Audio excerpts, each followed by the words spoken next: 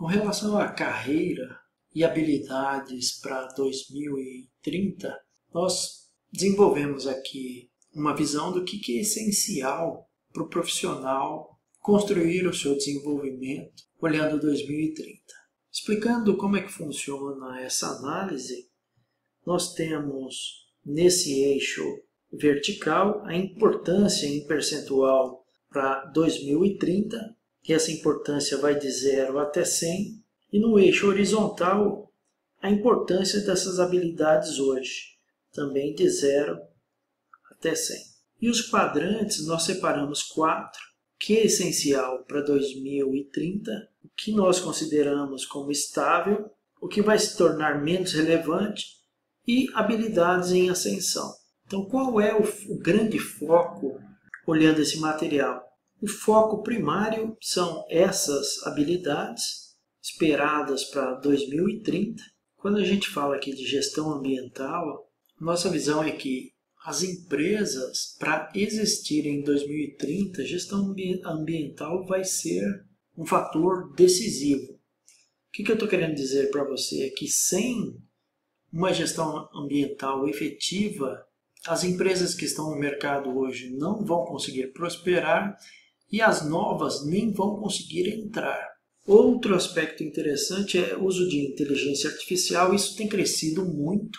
Empresas estão desenvolvendo, ou criando, melhor dizendo, setores voltados à inteligência artificial, à manipulação de dados, a tratamento de dados. Tamanha importância que isso tem nos dias atuais e a tendência é que isso cresça exponencialmente. Como vai crescer também aspectos de rede e segurança cibernética.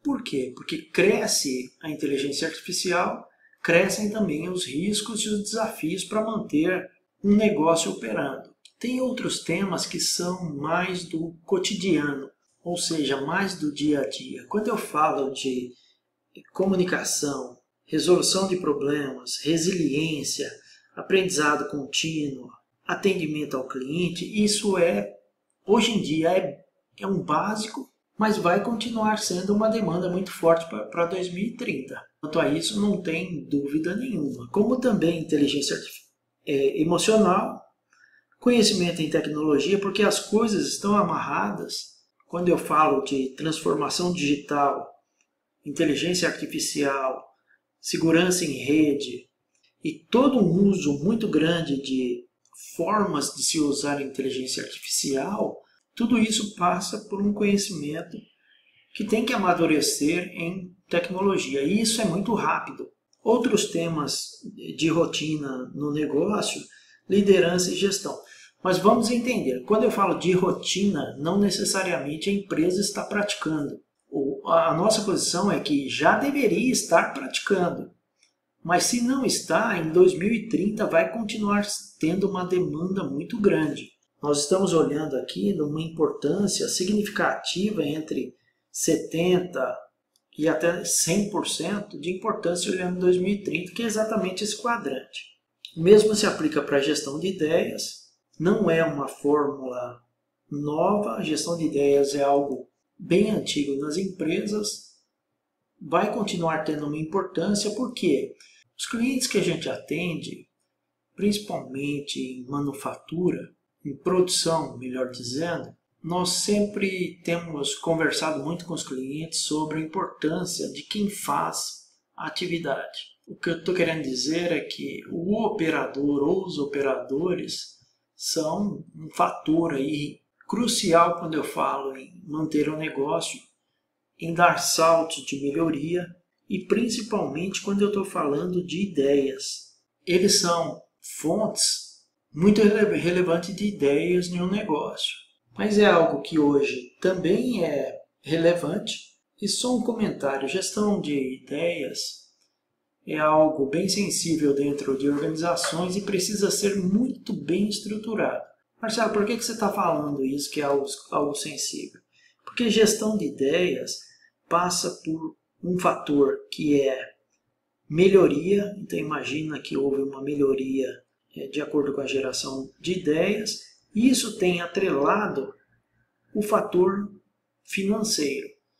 Então quem ganha com a ideia? Quem ganha com a ideia, em primeira instância, é a empresa. Mas quais são os desdobramentos para quem deu a ideia? Por isso que eu estou falando que isso tem que ser muito bem administrado, planejado e administrado. Quando a gente fala aqui de gestão de projetos, hoje a gente já vê essa tendência muito forte. Antigamente havia só a gestão tradicional de projetos, PMI, usando o PMBOK e as áreas de conhecimento, mas hoje, com a metodologia ágil, está havendo um trabalho híbrido. E essa conexão entre gestão de projetos tradicionais e a velocidade de métodos ágeis, isso só vai se intensificar. Tanto é que o PMI, ele, na versão atual do PMBOK, já tem uma tentativa de se fazer esse trabalho. Mas olhando para 2030, isso vai aumentar exponencialmente. Tem um aspecto que eu comentei, mas eu vou frisar bem, é mentoria. Por que mentoria está aqui? Porque mentoria, olhando esse cenário, ela é fundamental.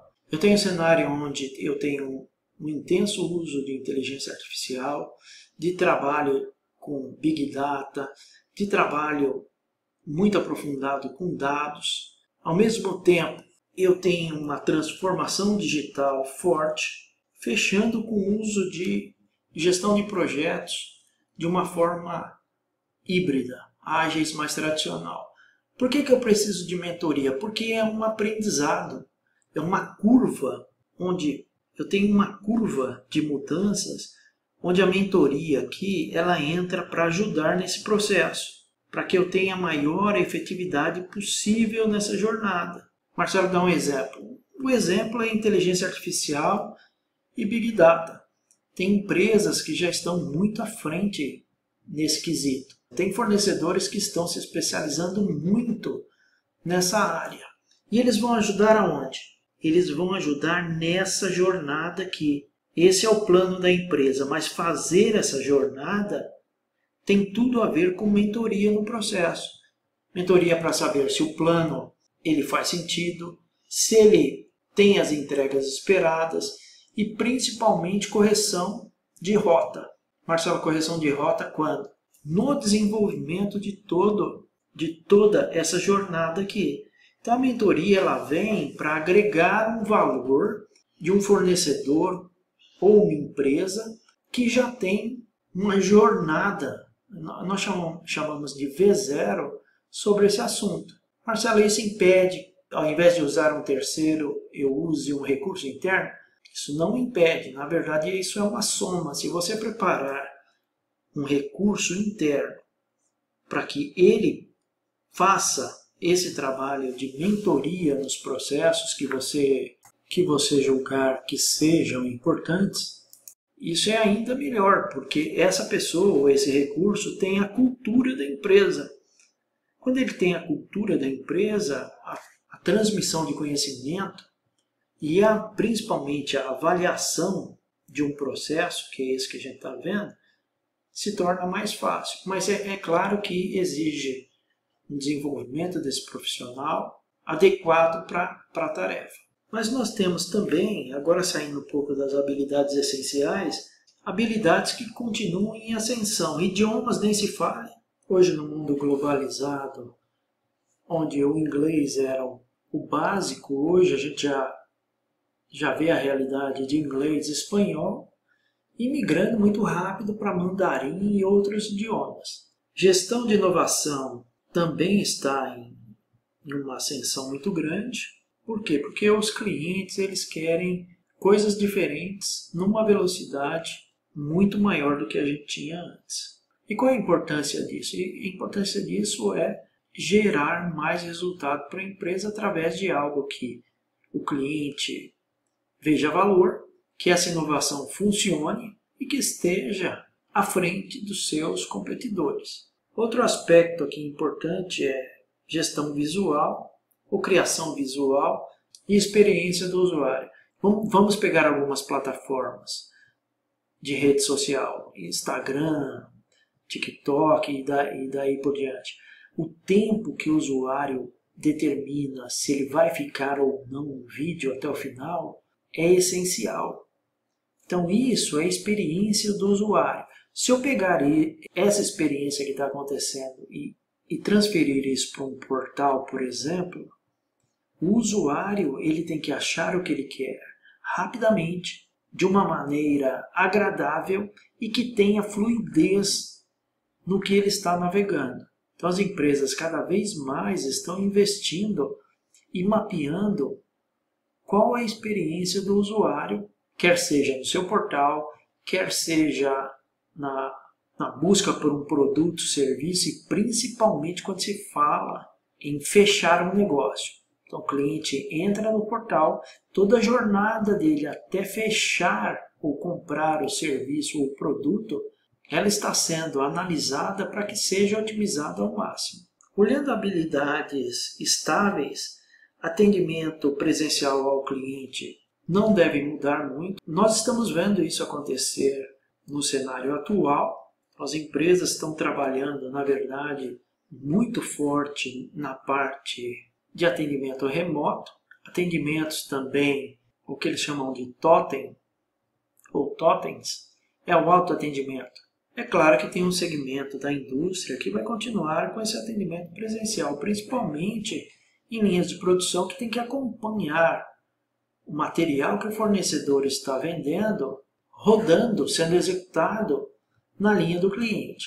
Mas há uma tendência crescente em alguns segmentos da diminuição desse atendimento presencial.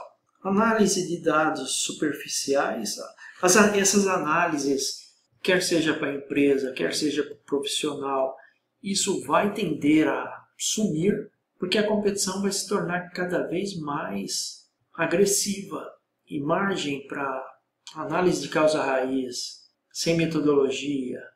Análise de causa raiz, por exemplo, de uma forma superficial, não vai ter mais espaço. Tanto quanto técnicas de vendas sem usar uma inteligência, que é o CRM, para ver quais são os clientes potenciais, como é que eles respondem aos contatos e para separar quais clientes a empresa deve investir e quais clientes a empresa deve deixar por um segundo momento ou até nem contactar mais. Fazer isso de forma manual vai se tornar impraticável. Vai até conseguir fazer, mas vai ficar muito atrás da concorrência que já está usando mecanismos como a inteligência artificial que nós falamos, análise de dados, Big Data e daí por diante. E também sistemas que fazem CRM com perfeição. O último quadrante é essa parte de habilidades menos relevantes. São menos relevantes hoje e serão também no futuro. Marketing digital da maneira antiga. Marcelo, você está falando que inteligência artificial, análise de dados, veio para mudar a regra do jogo? É isso mesmo. Então, se continuar existindo, vai ficando cada vez mais para trás e mais defasado. Quando a gente fala de ERP tradicional, vão ficar algumas ilhas que também vai acomodar linguagens antigas ou aplicativos obsoletos. Marcelo, isso vai continuar existindo? Vai. Vai sim.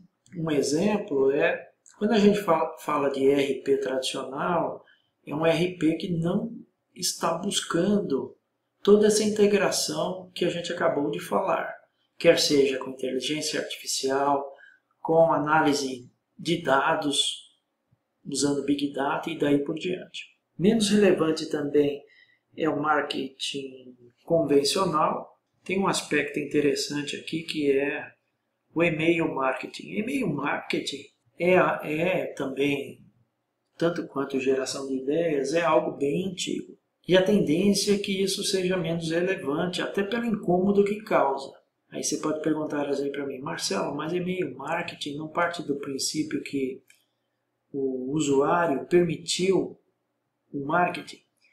Tanto para os que permitiram e principalmente para os que não permitiram, receber um e-mail ou um acesso via WhatsApp tem sido visto como algo que invade a privacidade, incomoda de certa forma. Vai deixar de existir? Não. mas vai ficar menos relevante, com certeza. Tanto quanto a redação com muita formalidade. É claro que tem que ter um equilíbrio, porque o que a gente tem visto e presenciado é o esquecimento até da língua portuguesa. Então tem que ter um equilíbrio aí. A gente olha para 2030, quando se olha para habilidades de 2030, nós vemos aspectos ou itens essenciais como comunicação, atendimento ao cliente, aprendizado contínuo. E eu não consigo fazer nada disso como profissional sem eu ter uma base. O que é base? É saber falar o idioma e redigir corretamente. Uma coisa é a conversa que você tem com seu colega na hora do café.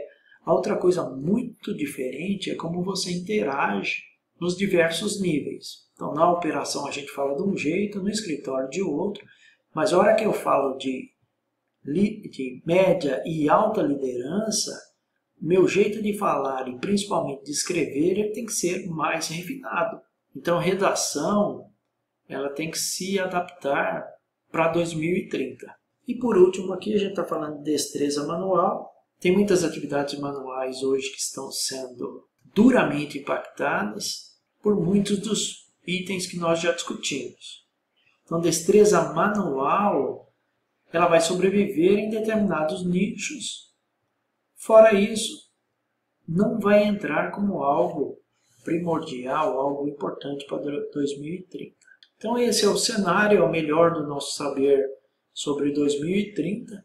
E o profissional que está no mercado hoje, o profissional que vai entrar no mercado e o profissional que quer ficar no mercado, aqui tem um bom panorama de como se preparar para isso. Te vejo no próximo vídeo. Um forte abraço. Muito obrigado.